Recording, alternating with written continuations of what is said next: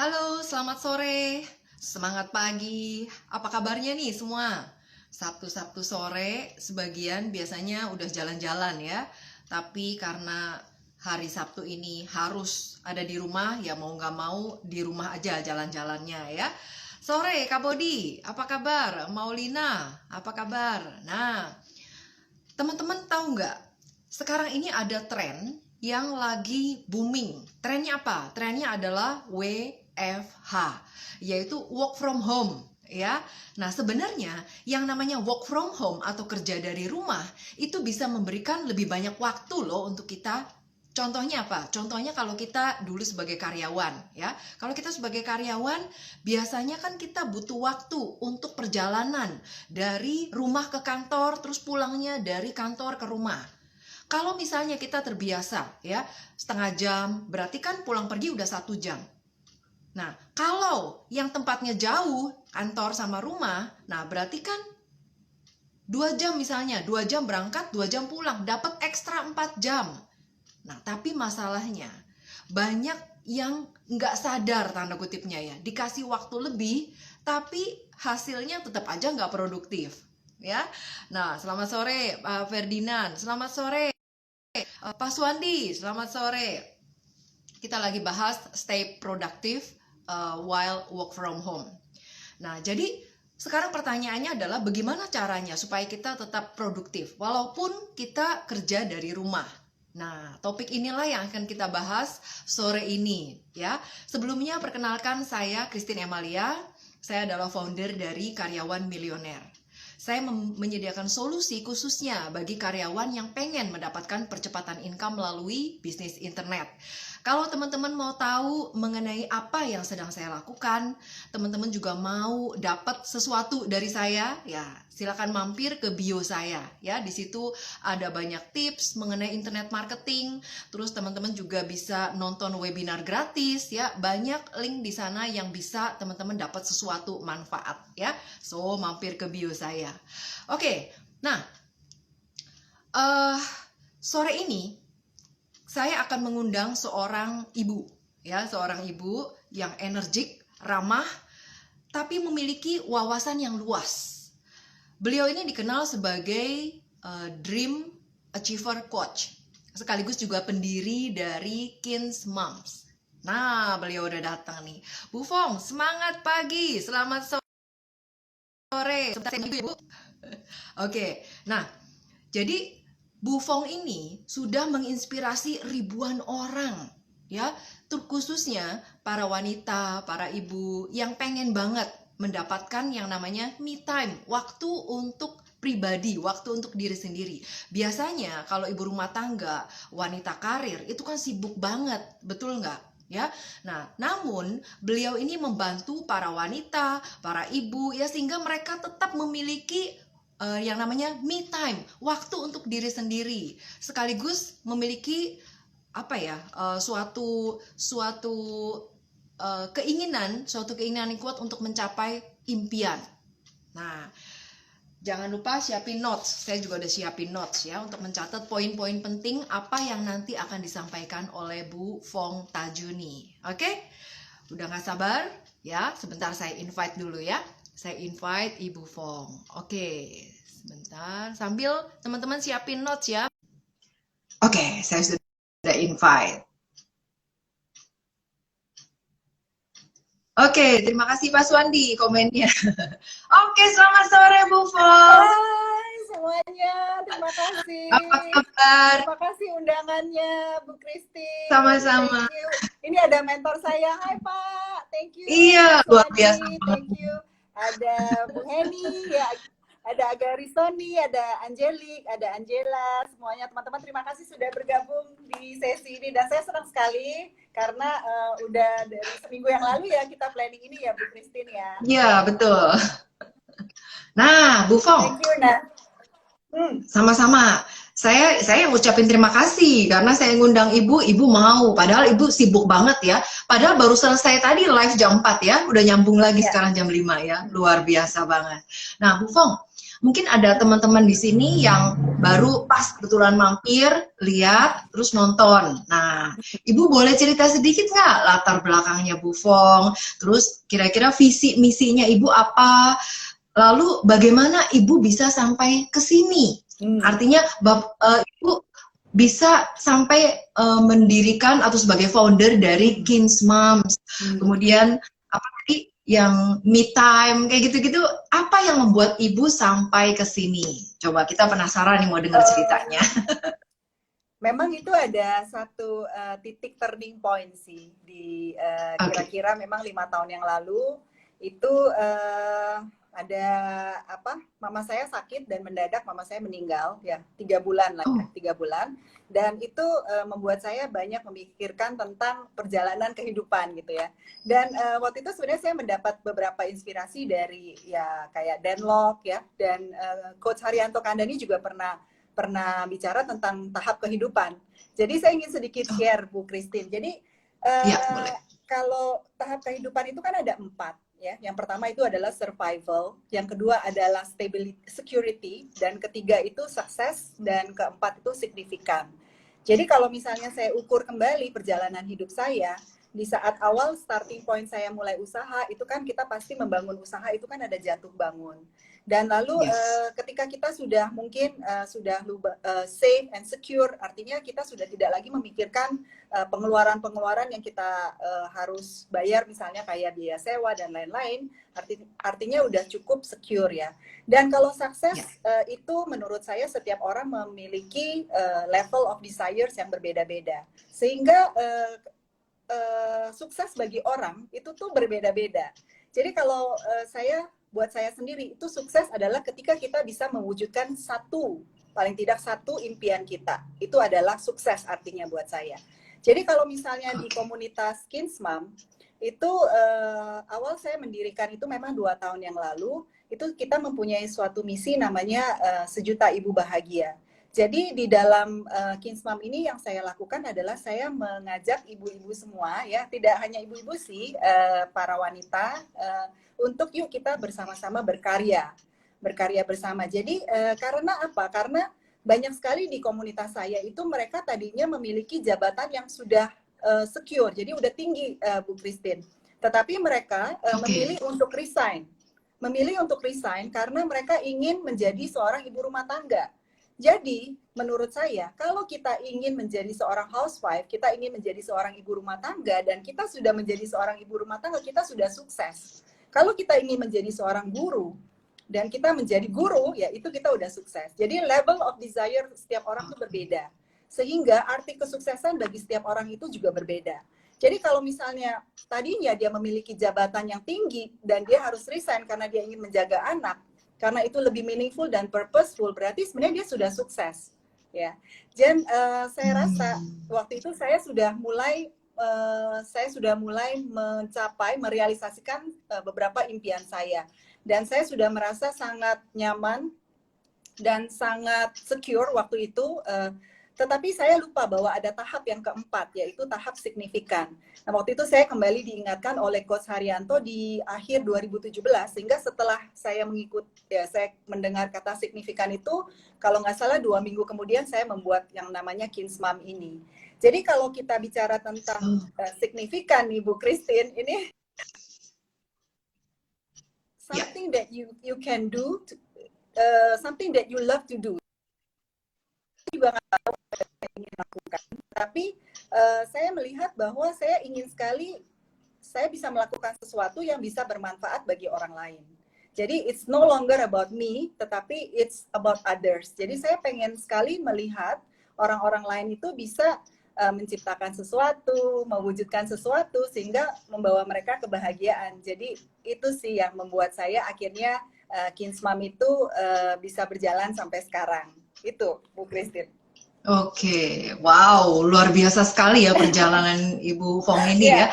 Teman-teman juga pasti ada yang baru pertama kali dengar nih. Saya aja terkagum-kagum gitu bagaimana seorang ibu bisa yang tadinya orang biasa sampai kepikiran untuk gimana caranya menjadi berarti bagi lebih banyak orang lagi. Ya, jarang orang yang punya pemikiran sampai seperti itu ya. Nah, Bu Fong, sesuai dengan topik hari ini nih, Topik hari ini kan kita bahas stay productive while work from home.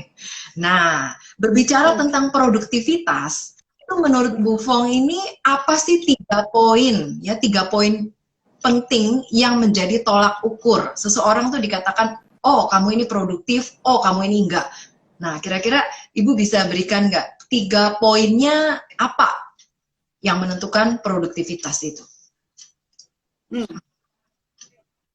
Nah, jadi kalau produktivitas itu kalau biasanya kalau saya bagi menjadi 3 bagian ya. Yang pertama itu adalah time, artinya waktu kita ini mau kita luangkan untuk apa saja. Yang kedua, jadi fokus kita ingin kita letakkan di mana, dan yang ketiga,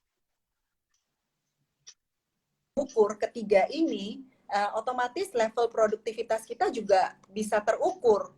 Jadi kalau misalnya kita bicara tentang waktu, time, itu banyak sekali cara kita mengukur produktivitas waktu kita. Tentunya kita harus visualisasi dulu kemana waktu kita ya. Jadi kalau misalnya di seminar How to Have More Me Time saya, itu saya memang mengawali dari How to Visualize Your Time Management. Jadi kita semua memiliki waktu yang sama, 24 jam sehari.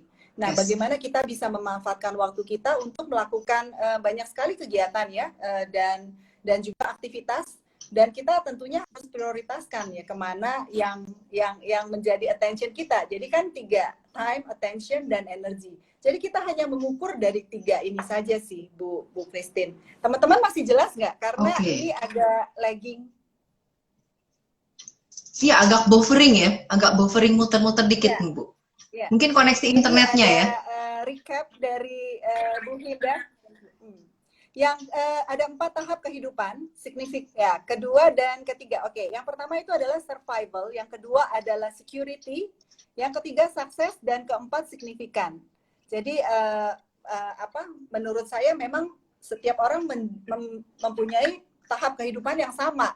Jadi tergantung kita lagi berada di tahap yang mana.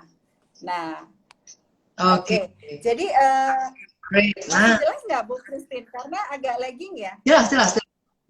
Ya. Oke.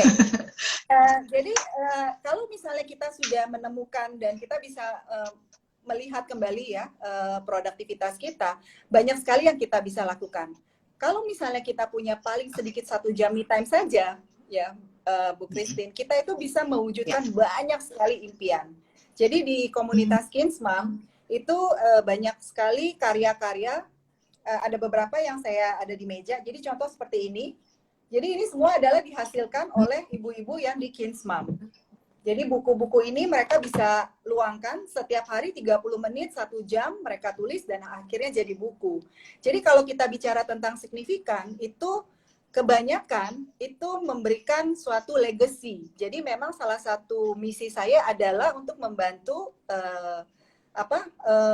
teman-teman untuk build their legacy and make their life a masterpiece. Jadi karena menurut saya setiap kita itu memiliki perjalanan hidup yang berbeda-beda, setiap kita memiliki bakat talenta yang berbeda-beda, sehingga kalau misalnya kita bisa manfaatkan waktu dan kita bisa karyakan, itu bisa menghasilkan mahakarya yang luar biasa ya, menghasilkan masterpiece yang luar biasa. Jadi itu sih. Jadi kalau kita lihat dalam bisnis ya, misalnya kita bicara tentang bisnis ya, Bu Christine.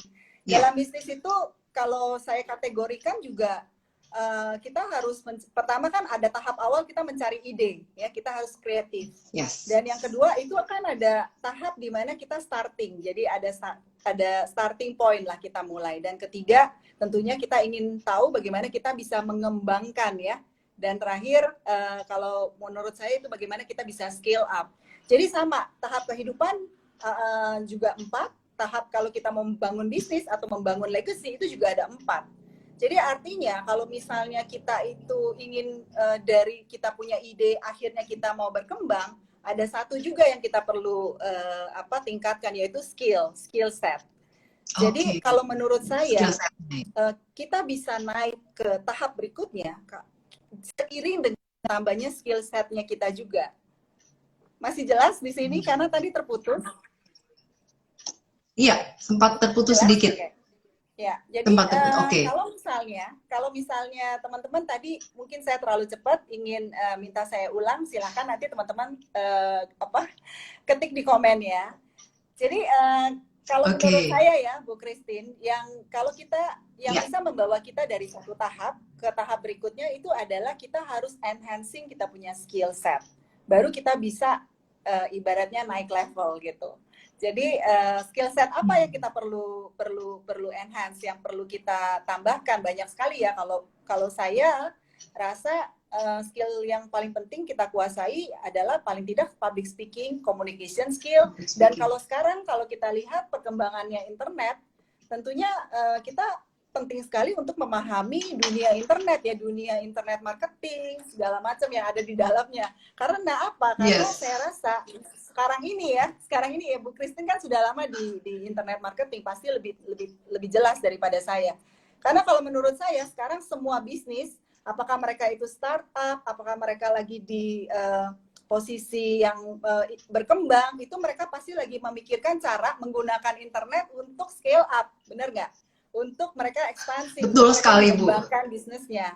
Jadi Yes. kalau misalnya kita bisa manfaatkan waktu di saat work from home ini, kita bisa mulai dari mungkin mengikuti banyak sekali home study course yang ada di luar sana ya, yang kita bisa ikuti, atau paling tidak teman-teman bisa melihat kayak live seperti ini, sehingga nantinya teman-teman bisa mendapatkan ide, karena mulai itu selalu dari ide. Ketika kita memiliki ide, kemudian kita eksekusi. Betul. Ya, menjadi starting point kan. Nah, jadi ini sih bagaimana kita bisa memanfaatkan waktu untuk lebih produktif. Itu, Bu Oke, Christine. great. Wah, banyak sekali saya udah catat masukan dari Bu Fong nih. Bu, setiap orang kan pengen nih punya waktu untuk bisa melakukan pekerjaan yang menjadi tanggung jawab dia kan. Oh, sorry. Sebelumnya ada pertanyaan nih dari Bu.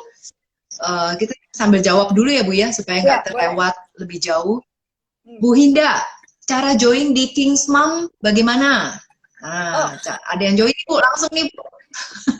Nah, jadi gini teman-teman, setiap hari Selasa saya mengadakan seminar online, itu gratis. Jadi teman-teman kalau misalnya ada waktu, itu jam 4, itu teman-teman bisa masuk ke Zoom saya. Nanti saya akan umumkan. Jadi kalau teman-teman belum follow saya, silakan nanti follow saya @fongtajuni. Di situ akan ada linknya dan passwordnya, dan teman-teman tinggal masuk aja. Jadi kalau di Kinsmam itu kita memang ingin mengajak teman-teman semua untuk menginspirasi dan berkarya bersama. Jadi we want to bertumbuh bersama gitu, Bu Christine. Iya. Oke, ada persyaratan tertentu nggak Bu Fong untuk bisa bergabung? Tidak ada. Yang penting mereka harus memiliki paling sedikit 1 jam me time. Karena pada saat seminar itu kan mereka harus meninggalkan pekerjaan rumah dan mereka harus menghadiri seminar saya itu kan 1 jam. Ya. Oke, iya baik. Oke, udah menjawab ya kebutuhan Bu Hinda ya. Nah, lanjut lagi nih Bu Fong.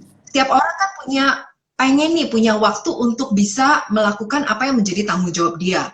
Apakah itu ibu rumah tangga atau merangkap wanita karir, dia pengen banget beresin apa yang menjadi tanggung jawab dia. Tapi di sisi lain, dia juga pengen gimana sih punya waktu untuk diri sendiri. Namanya me time itu. Ya, kadang kalau kita sibuk banget sama urusan kantor, sibuk banget sama urusan rumah tangga, sampai waktu untuk diri sendiri itu berasanya susah banget dapetnya. Ya. Nah, pertanyaannya adalah gini. Gimana kita bisa memiliki waktu me time, tapi di satu sisi kita juga bisa membereskan apa yang menjadi tanggung jawab kita. Terus cara memanagenya bagaimana tuh, Bu Fong? Oke. Jadi me time, maksudnya ini yang menurut saya me time-nya saya itu adalah me time yang berkualitas. Artinya tentunya teman-teman itu harus, kalau misalnya kita bicara tentang tadi tanggung jawab harian ya, banyak list of chores yang kita harus lakukan, berarti teman-teman harus breakdown dulu aktivitas semua, atau tidak, identifikasi dulu semua aktivitas yang harus teman-teman lakukan setiap hari itu apa saja. Mengantar anak, menjemput anak, masak ya, segala macam. Nah, itu di list down dulu, lalu kita bikin breakdown. Breakdown itu nanti kita akan lihat per minggu manajemen waktunya kita itu bagaimana, dan ada nggak nih celah di mana kita bisa mempunyai waktu me time. Karena kalau misalnya Oke. me time itu adalah ketika kita sudah eh, menyelesaikan tugas-tugas yang lain ya, semuanya. Bukan menyelesaikan sih, intinya adalah kita punya batch-batch waktu. Kalau saya selalu pakai namanya thinking in three. Jadi the rule of three, kembali lagi tiga. Ya, jadi tiga. Oke. Ya, thinking of three itu, the rule of three itu adalah setiap hari. Misalnya saya mengklasifikasi waktu saya kan 24 jam kan kita semua sama ya, Bu Christine. Yes. Jadi saya bagi Ya. menjadi beberapa batch waktu. Jadi kalau batch pagi, jadi kayak shift-shiftan gitu ya. Kalau batch pagi itu ketika saya harus masak, berarti saya harus masak apa? Jadi saya list tiga hal yang saya harus lakukan di batch pertama. Misalnya saya perlu masak, saya harus cuci baju, dan mungkin saya harus posting, karena saya biasa posting di Instagram saya itu pagi. Jadi 3 hal ini saya harus selesaikan maksimum di batch waktu yang pertama. Masuk ke batch waktu yang kedua, itu baru muncul lagi 3 hal yang harus saya lakukan di batch waktu yang kedua. Dan itu berlangsung seperti itu. Jadi dengan saya melakukan thinking in three, dengan melakukan the rule of three ini dengan sangat mudah, banyak sekali tugas-tugas saya bisa selesai, dan juga waktu luang saya lebih banyak. Akhirnya saya bisa memiliki lebih banyak waktu me time. Nah, me time-nya itu saya bisa punya pilihan ya. Saya bisa memilih untuk mungkin tidur, boleh kalau misalnya kita lagi badan capek, karena tadi produktivitas itu kan 3, time, attention, energy. Kalau energi kita itu juga kurang, kita ngantuk, itu kita juga tidak akan produktif. Jadi, jadi kita dengarkan apa yang badan kita bicara gitu ya. Jadi kalau misalnya kita letih, lelah, ngantuk ya, kita boleh manfaatkan waktu me time itu untuk tidur. Nah, tetapi kalau misalnya kita itu ingin melakukan atau pengen belajar suatu hal yang baru ya Bu Christine. Jadi kita manfaatkanlah me time itu untuk belajar suatu hal yang baru itu. Dan sekarang sih tidak ada waktu yang lebih tepat lagi ya daripada sekarang ketika kita semua ada di rumah. Teman-teman bisa mengambil banyak sekali kursus yang ada. Apa skill set yang teman-teman ingin tingkatkan? Misalnya kita misalnya pengen belajar bahasa. Misalnya teman-teman rasa misalnya bahasa Mandarin atau bahasa Inggris atau bahasa apapun bisa menjadi salah satu faktor yang bisa membuat teman-teman nanti scale up. Nah, itu ambil karena kan sekarang banyak sekali kelas-kelas online yang disediakan. Ya, jadi ya itu. Jadi kuncinya ya itu Bu Christine. Jadi 3 ya Bu ya? 3 tadi ya? Oke. Nah, itu sebenarnya membantu kita untuk lebih terorganisir ya. Jadi apa yang kita lakukan, kalau kita nggak tentukan seperti itu, ya udah kerjain seketemunya aja. Oh, lagi ini belum beres, ya udah ini. Sebentar piring ada numpuk, sebentar cuci piring. Tahu-tahu waktunya habis buat warawiri karena kita sendiri nggak punya apa ya time managementnya itu ya Bu Fong ya. Oke. Nah, ini sudah ada pertanyaan belum nih yang masuk? Sebentar, ada ya. Kalau teman-teman ada pertanyaan, ayo jangan sia-siakan waktunya Bu Fong ini sangat-sangat berharga ya. Kita lagi bahas bagaimana supaya stay produktif dikala kerja dari rumah ya. Nah Bu Fong, saya pernah baca nih dari buku mana itu saya lupa ya. Isinya seperti ini. Kalau pria itu lebih fokus untuk mengerjakan sesuatu. Jadi kalau dia lagi kerja sesuatu itu dia fokus. Sementara kalau yang namanya wanita itu cenderung multitasking, artinya mengerjakan beberapa hal sekaligus dalam satu waktu. Nah, sekarang pertanyaannya adalah, apakah multitasking ini itu sebenarnya bisa mengurangi produktivitas atau justru menambah produktivitas? Jadi kalau saya artikan multitasking ini ada beberapa level sih, beda-beda ya. Jadi kalau misalnya bicara tentang fokus, kalau 2 hal yang memerlukan kita fokus, ya tentunya kita harus belajar hanya melakukan satu tes aja. Jadi kita memang harus belajar dari kaum laki-laki ya. Mereka sangat-sangat fokus ketika diberikan suatu pekerjaan. Tetapi kalau perempuan itu seringkali pikirannya itu mudah kemana-mana. Jadi sulit sekali untuk kita fokus. Sulit sekali kita untuk konsentrasi, itu gampang sekali ke distract. Jadi memang maka dari itu yang kedua tadi kan ada attention. Jadi attention kita itu gampang sekali buyar Sehingga kita memang harus tentukan dulu ketika kita melakukan pekerjaan ini, kita harus fokus dan kita harus taruh attention kita di situ. Sehingga kita bisa mendapatkan hasil yang kita inginkan. Jadi itu ya. Tetapi kalau misalnya kita bilang multitasking, misalnya kita harus mengantar anak kita pergi les. Dan kita harus menunggu di saat dia sedang les gitu Bu Christine.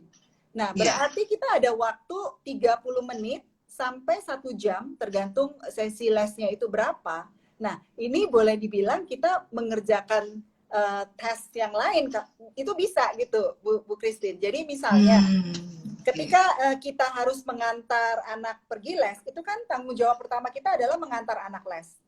Tetapi waiting time kita sedang menunggu anak les ini, kita bisa pakai untuk mendengarkan kembali lagi online courses, karena saya karena menemani anak saya les Yamaha itu 30 menit, saya dalam 2 minggu saya bisa mendapatkan 1 sertifikasi. Jadi saya tinggal mendengarkan aja. Setiap minggu, ya kita tidak terasa ya, setiap hari setengah jam. 1 sertifikasi modulnya mungkin hanya 24 modul. Kalau kita bisa manfaatkan waktu, itu cuma 24 hari kita mendapatkan 1 sertifikasi. Jadi sekarang kita dimudahkan sekali dengan adanya platform-platform digital yang ada di ini ya, di internet, sehingga kita bisa mengambil atau belajar apapun yang kita inginkan sih, gitu Bu. Iya. Nah, ini satu masukan bagus nih dari Bu Fong ya. Jadi kita bisa memanfaatkan waktu lebih efektif. Tadi Bu Fong udah kasih contoh ya, pas lagi nganter anak sekolah, nah ada waktu lagi nunggu, daripada bengong atau daripada ngegosip yang enggak, mendingan dengar sesuatu yang malah bisa mengupgrade skill kita. Itu luar biasa banget ya. Saya jadi keinget nih Bu Fong, waktu dulu masih jadi karyawan, itu waktu awal-awal saya juga dalam perjalanan dari rumah ke kantor, itu saya selalu dengar yang namanya CD. Kalau dulu waktu zaman saya berapa puluh tahun yang lalu itu harus pakai CD. Ribet kalau nggak ada alatnya kan, tapi untungnya di mobil ada, jadi ya udah dengerin. Jadi setiap kali berangkat kerja dengerin itu, nanti pulang juga dengerin itu. Jadi emang kita dari situ memanfaatkan waktu dengan baik, tanpa sadar kita sebenarnya lagi belajar ya. Nah Bu Fong, ini ada pertanyaan sedikit nih dari Pak Michelle, apa itu multitasking? Itu, ketika kita melakukan hal bersamaan. Jadi misalnya kita itu harus mungkin masak, terus kita juga sambil nonton. Nah itu kan susah ya, kalau kita masak sambil nonton itu multitasking, itu bisa-bisa nanti masakan kita jadi hangus ya Bu Christine. Nah, tetapi kalau misalnya kita menggosok, kita sambil mendengarkan podcast, itu bisa. Itu multitasking ya. Ya, jadi banyak hal yang kita bisa lakukan multitasking juga, tetapi tergantung memerlukan level fokus kita seberapa banyak. Jadi kembali lagi kita mengukur dari ketiga hal itu tadi. Jadi time kita, attention, dan energi. Jadi kalau misalnya perempuan itu memang suka sekali multitasking, tetapi bahayanya adalah banyak sekali nanti yang tidak selesai perharinya kalau kita mau ukur. Jadi kalau misalnya nanti kita sudah visualisasi time management kita dan kita sudah membuat semacam to-do list, kita punya jurnal harian atau bagaimana, teman-teman bisa melihat hari ini apakah semua aktivitas atau tanggung jawab yang kita harus lakukan itu sudah tercapai semua. Jadi itu sih cara kita mengukur. Oke, great. Oh ini. Jadi kalau saya simpulkan, ada Rosa sambil. Ada Rosa ya? Sambil bakar otak-otak sambil nonton. Nah ini nggak apa-apa karena luar biasa. Kamu nggak perlu melihat layar, kamu tetap fokusnya di bakar-bakar otak-otak, tetapi kamu bisa mendengarkan sesi ini. Nah, multitasking seperti ini tidak apa-apa. Multitasking, ya betul. Ini yang efektif ya. Iya. Nah, pernyataan dari ini, Pak Michael, Bu Christine sering ada iklannya di Facebook. Betul Pak, saya lagi beredar di Facebook Pak. Bu Christine ini luar biasa ya teman-teman semua. Jadi kalau yang belum follow, teman-teman harus follow. Karena Bu Christine ini sangat menginspirasi saya karena beliau memahami sekali yang namanya internet marketing. Nah, durasi maksimal untuk multitasking yang efektif berapa lama? Oh, sebenarnya fokus orang itu sekarang sangat pendek, Bu Christine. Jadi kalau misalnya dulu kita bisa konsentrasi lebih lama, kalau sekarang lebih sedikit ya. Jadi kalau anak-anak, kita pakai ukuran anak-anak 15 menit mereka sudah tidak bisa fokus lagi. Jadi kalau kita mau ngambil kelas online, itu kita juga pasti yang paling kita masuk itu adalah 15 menit pertama sampai 20 menit pertama. Setelah itu memang kita harus istirahat sebentar baru kita lanjutkan lagi. Kalau enggak kita terlalu penuh nggak bisa masuk. Terlalu penuh ya, malah jadi nggak bisa mikir jernih ya Bu Fong ya. Iya. Oke. Ya, ini aku nah, ini ada komen bikin kue sambil ini teman-teman Kinsmam nih aktivitasnya bikin kue, bakar otak-otak. Tapi terima kasih teman-teman masih menyempatkan waktu untuk mendengarkan karena ya ini ya, kita banyak sekali tugas yang harus kita selesaikan dalam setiap harinya, khususnya sekarang nih Bu Christine, ketika kita harus work from home, kita bukan hanya ini ya, kita harus jadi pendamping anak juga dalam e-learningnya mereka, belum lagi aktivitas rutinitas kita yang biasanya, ditambah lagi mungkin kita juga ingin mengikuti seminar online atau live-nya teman-teman ya, jadi tentunya ini banyak sekali yang bisa kita lakukan di saat work from home ini. Nah, teman-teman, apakah ada pertanyaan seputar productivity? Iya, silakan dituliskan. Ya, silakan dituliskan buat teman-teman yang ada pertanyaan. Nah, jadi Bu Fong, sebenarnya kalau produktivitas itu faktor-faktor yang menghambat itu apa sih yang membuat kita kok jadi nggak produktif gara-gara apa gitu penyebabnya biasanya? Biasanya. Terutama nih dalam kondisi kita lagi kerja di rumah, kita posisi nggak kemana-mana, apa yang membuat kita menjadi nggak produktif? Mungkin ya salah satunya adalah gangguan tanda kutipnya. Kalau dulu kita sebagai karyawan kerja di kantor, itu kan nggak ada gangguan dengan urusan rumah. Nah, tiba-tiba harus kerja di rumah the whole day, seumur, jadi sepanjang waktu harus ada di rumah terus mengerjakan kerjaannya. Nah, biasanya bagaimana hambatan-hambatan yang ditemui pada saat kita mau menuju ke produktivitas ini nih?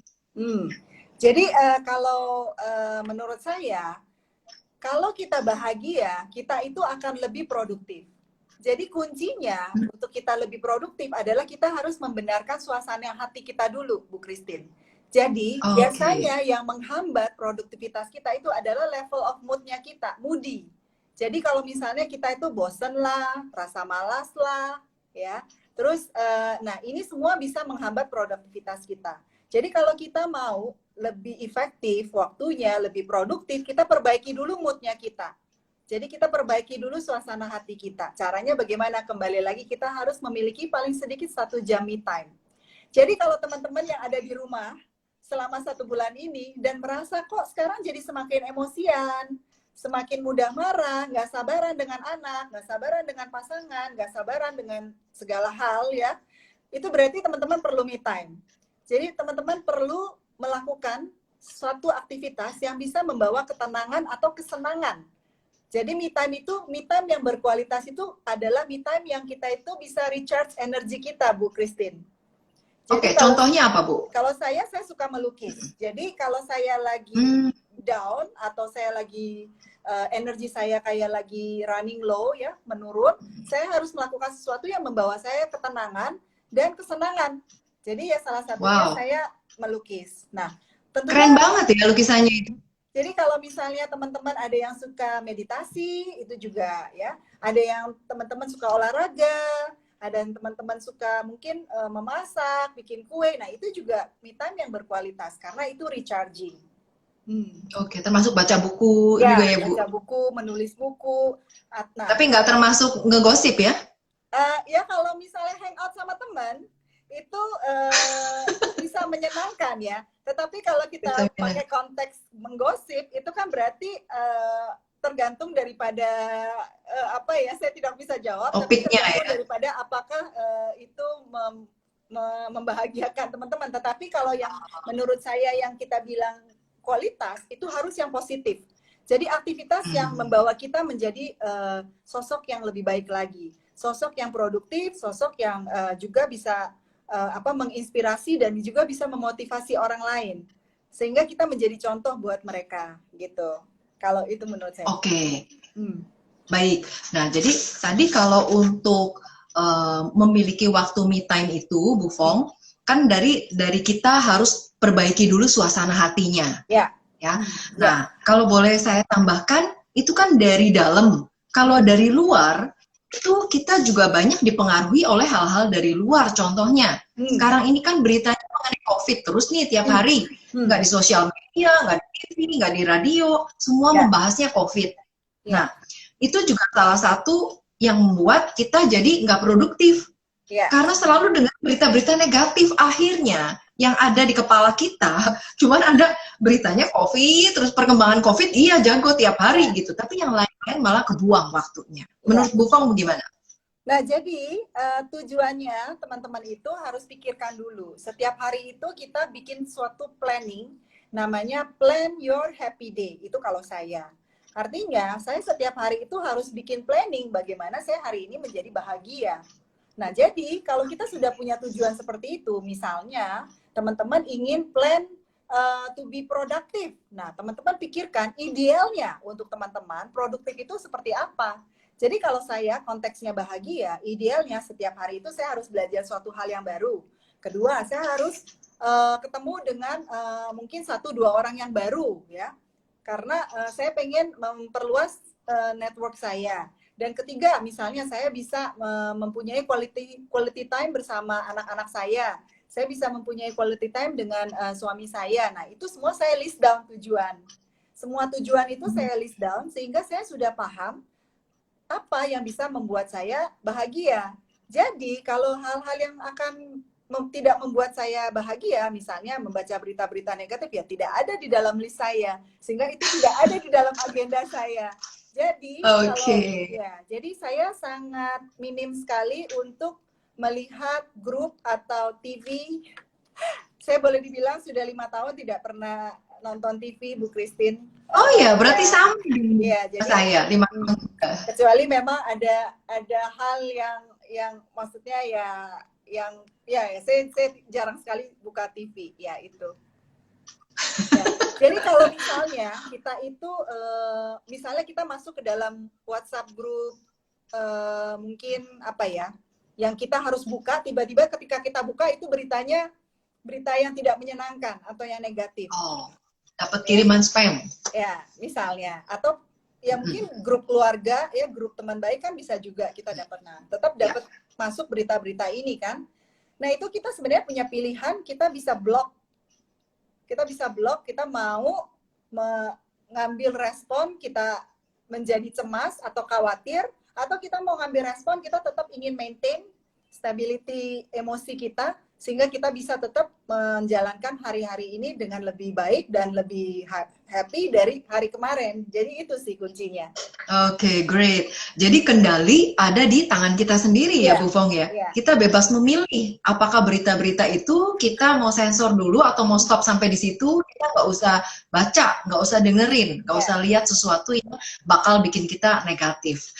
Oke, Bu Fong, ada lagi yang mau Ibu sampaikan? Oh, ini ada. Jadi gini, Bu Hinda, I am happy. Ya, jadi jadi teman-teman tiap hari kalau bisa juga kita ada semacam self talk ya dengan diri sendiri bahwa I'm happy, I'm healthy ya, saya sehat, saya bahagia. Karena itu juga akan membawa mood kita sepanjang hari baik. Jadi morning routine itu paling penting, Bu Christine. Morning routine. Jadi kalau misalnya kita memulai hari dengan baik, sepanjang hari itu kita akan terasa baik ya. Jadi caranya bagaimana kita memulai morning routine? Siapkan dulu dari semalam. Jadi kita udah tulis dulu morning routine besok, saya mau menulis jurnal 15 menit, saya mau ini berapa menit. Jadi ini semua kita list down, sehingga pagi kita bangun, ini centang, itu rasanya kita suatu achievement ketika kita ini sudah selesai, ini sudah selesai, ini sudah selesai. Nah, ini ada progres ya. Ada progres. Jadi menurut saya itu kalau bisa jadwalkan bangun yang tetap. juga tidur yang tetap jadwal waktunya. Ya, kalau sekarang ini kan memang sulit ya, karena kan rutinitas kita berubah mendadak. Tetapi ini Ya, kan udah masuk bulan kedua, Bu Christine. Jadi iya, kita sudah akan menemukan rutinitas yang baru. Jadi kita sudah terbiasa betul. ya, karena ini kan sudah lebih dari 21 hari. Jadi udah form a new habit kan dari kita work Yes, from new home habit. ini. Jadi kita harus cari waktu pagi itu kita harus optimalkan. Jadi kuncinya adalah kita harus set kita punya morning routine semaksimal mungkin, sehingga itu seharian sepanjang hari kita akan merasa lebih baik. Jadi yang wajib di pagi hari itu adalah suntikan positif. Boleh podcast, boleh video motivasi, boleh teman-teman yang mungkin ingin beribadah. Karena apa? Karena itu akan menyelaraskan ya semuanya. Kalau menurut saya gitu, ketika kita bisa berpikir dengan tenang dan positif, semuanya itu akan menjadi lebih jelas buat kita. Jadi ketika kita mendapatkan situasi atau hal-hal yang mungkin ingin menyeret kita ke arah negatif, kita mulai bisa pikir, ini kita perlu nggak ngambil respon yang seperti itu? Apakah itu akan menghabiskan waktu kita sia-sia? Karena apa? Ketika kita mengambil respon yang salah, misalnya anak begini menyebabkan kita marah, ya, itu akan menghabiskan waktu kita untuk menenangkan mood kita kembali daripada kita, misalnya kita tidak terjebak untuk marah gitu, Bu Christine. Jadi hati-hati dengan hal-hal yang akan membawa kita mengambil respon yang tidak tepat. Itu karena itu akan menghabiskan waktu kita. Iya. Berarti kita juga harus mengendalikan emosi kita ya, Bu Fong ya. Mengambil respon yang tepat. Respon yang tepat ya. Oke. Jadi segala sesuatunya dimulai dari awal, dari pagi. Pagi itu kita harus mulai bangun dengan sesuatu yang positif. Waktu malamnya kita udah planning dulu ya, Bu Fong ya. Udah ada rencana dulu ya, besok paginya mau ngapain. Berarti walaupun ibu-ibu rumah tangga, kita perlu yang namanya diary untuk kita tulis ya. Perlu banget ya. Ya, perlu. Ya, kalau yang nggak biasa kan, kalau nggak diary di handphone juga boleh. Jadi kan di handphone juga bisa. Ya, di handphone kan udah banyak sekali kalender-kalender yang kita bisa manfaatkan. Dan misalnya kalau malam itu kita kan ngambil mungkin 5 menit, 10 menit untuk refleksi sepanjang hari ini apa saja yang sudah kita lakukan. Kita renungkan kembali ya, misalnya ada nggak kesalahan yang sudah kita lakukan hari ini, kalau besok mau lebih baik lagi bagaimana, terus besok pengen belajar apa, besok pengen apa, ya seperti itu. The list is always like that setiap harinya. Jadi pagi kita sudah punya planning, rutin kita mau kemana, dan malam kita refleksi sepanjang hari ini, apakah kita sudah melakukan memanfaatkan waktu kita dengan baik lah. Pada saat malam hari kita pikir kembali, ya. Iya. Saya rasa dengan melakukan itu, kita bisa menjadi lebih bahagia dan lebih tenang. Betul ya, Bu Fong ya? Iya. Karena kita merasa hidup kita lebih berarti, apa yang sudah kita targetkan tercapai, progresnya, terus dari hari ke hari kita dapat yang namanya kemajuan, untuk upgrade diri sendiri, dapat sesuatu yang baru, itu luar biasa banget ya. Oke. Jadi walaupun ada di rumah, kita nggak merasa, kok gitu-gitu aja, kita nggak bertumbuh. Apalagi kalau posisi kita hanya sebagai ibu rumah tangga yang sehari-harinya ngurus rumah tangga. Merasa, aduh, hidup kok begini-begini banget gitu ya. Nggak ada sesuatu yang menantang, challenging sesuatu yang baru. Nah, dengan masukan dari Bu Fong ini, kita memiliki tadi minimal 1 jam. 1 jam waktu untuk diri sendiri. Sehingga kita benar-benar memperkaya diri sendiri, sehingga kita bisa lebih bahagia, dan malah orang juga akan melihat bahwa kita sebenarnya punya kemampuan yang terselubung, karena kita nggak berani menggali, ya Bu ya. Seperti contohnya Bu Fong, ternyata jago banget melukis, saya sampai terkagum-kagum ini. Kira-kira saya lukisan dari Bali, gimana ini, bagus banget. Bu Christine, saya nggak bisa melukis dan nggak bisa menggambar tadinya. Jadi di tahun 2005 saya belajar. Dan itu 5 tahun kemudian saya baru bisa menggambar. Jadi saya manfaatkan 30 menit setiap hari untuk latihan menggambar atau melukis. Wow, Ya, jadi ini 5 bukan karena tahun, bakat, 5 tapi tahun. dilatih ya? Jadi 5 tahun. ya kalau sekarang saya rasa kita itu tidak perlu memiliki bakat untuk melakukan apa. Jadi misalnya teman-teman ingin melukis dan mau ada intention untuk belajar, bisa memberikan waktu dan usaha, itu pasti bisa. Apapun itu sih. Jadi tidak ada karena saya sudah buktikan sendiri di diri saya tadinya tidak bisa melukis, lalu saya pelajari, saya bisa melukis. Saya tidak bisa mematung, saya pelajari, akhirnya saya bisa mematungnya, seperti kayak gitu. Ya. Luar biasa banget ya. Jadi Jadi teman-teman, skill itu sebenarnya bisa diolah ya Bu ya? Ya, kita punya bakat talenta itu bisa diolah kalau kita bisa berikan waktu untuk mereka bisa berkembang. Maksudnya untuk bakat itu berkembang.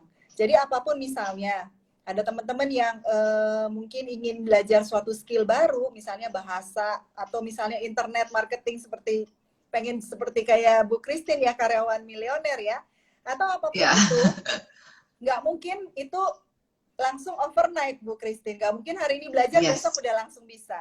Berikan waktu, tetapi teman-teman harus konsisten dan persisten dan yakini itu pasti bisa. Jadi ketika saya mau belajar menggambar itu, guru saya udah bilang, ini akan memakan waktu kamu 8 tahun.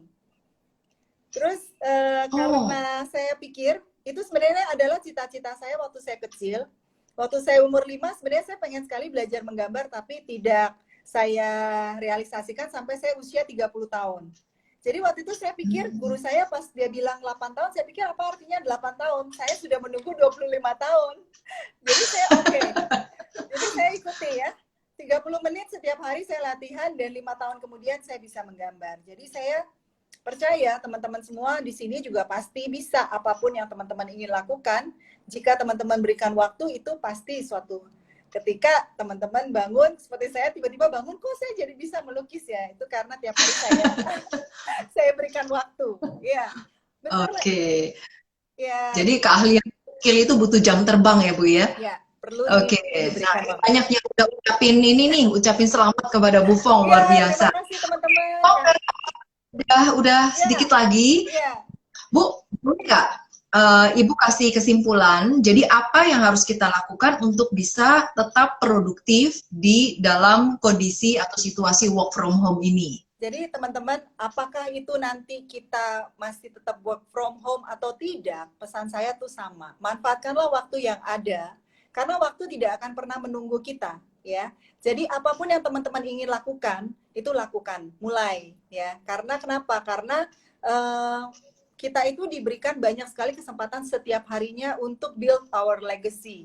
Legacy ini adalah suatu warisan yang itu ya tidak hanya untuk anak-anak kita, tetapi juga bisa buat banyak orang, dan merupakan suatu kebahagiaan sih Bu Christine kalau kita bisa melakukan suatu hal yang bisa membawa yang tadi saya bilang, yang bisa membawa makna bagi orang lain. Jadi nanti akan ada di suatu tahap kehidupan teman-teman, karena saya tidak tahu teman-teman sekarang berada di tahap mana.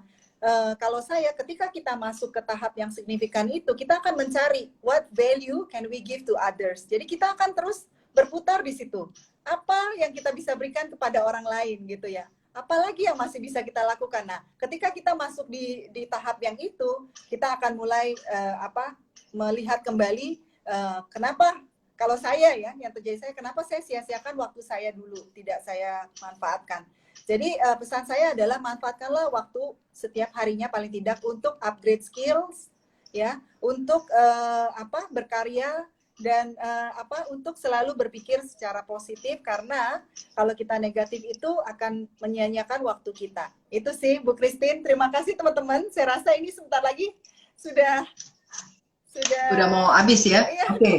Jadi kalau saya simpulkan tadi dari Bu Fong, manfaatkan waktu setiap hari untuk upgrade skill, kemudian untuk berkarya dan selalu berpikir positif. Oke, itu aja. Terima kasih banyak Bu Fong atas waktunya. Jadi teman-teman jangan lupa kalau masih ada pertanyaan terkait dengan gimana nih supaya lebih produktif, teman-teman bisa DM langsung ke Bu Fong Tanjuni ya, atau teman-teman juga bisa follow ke IG-nya Bu Fong Tajuni ya, @Fong Tajuni. Dan teman-teman juga bisa follow IG saya @karyawanmilioner. Oke, itu aja Terima Bu. kasih. Ya. Semoga lancar selalu, sehat selalu, keep safe, keep healthy. Thank you ya Bu. Thank you teman-teman semua. Teman-teman semua. Bye. Ya, Selamat thank you. sore. Selamat Bye sore. bye. Ya.